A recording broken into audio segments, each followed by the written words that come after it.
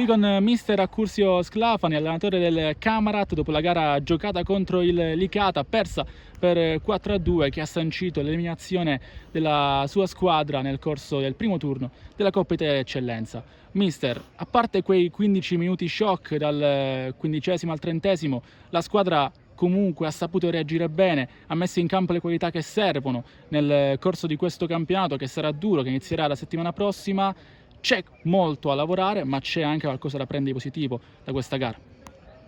Sì, ho fatto un'analisi attenta, mi dispiace soprattutto per chi ci segue, perché una squadra come la nostra non può permettersi un blackout del genere. Abbiamo regalato veramente 4 gol agli avversari e con tutto il rispetto non avevamo bisogno di regali. Poi però dopo il secondo tempo ci siamo messi lì, abbiamo iniziato a lavorare, a giocare, a fare quello che siamo abituati a fare, quello che abbiamo fatto nella gara di andata. Purtroppo recuperare 4 gol diventa difficile in una partita del genere, anche perché gli avversari in campo hanno fatto il loro e avevamo difficoltà.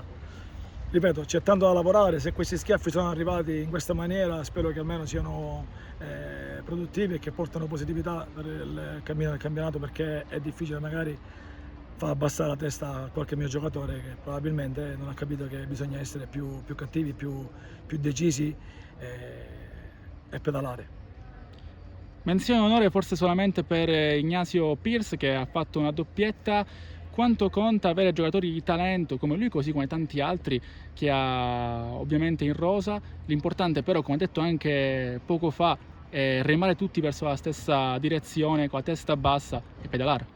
Assolutamente, menzione per nessuno, perché quando fai una prestazione del genere, ripeto, sono molto arrabbiato con i miei ragazzi perché non mi aspettavo un blackout così e mi dà fastidio, perché poi ti sei messo a giocare, hai creato diverse occasioni, però non ti puoi permettere di regalare a una squadra così forte, così blasonata, così esperta 4 gol in quella maniera, gli devi fare sudare. Noi oggi non ci siamo riusciti, quindi non possiamo menzionare nessuno, c'è solo da prendere, ripeto, il secondo tempo e su quello dobbiamo ripartire.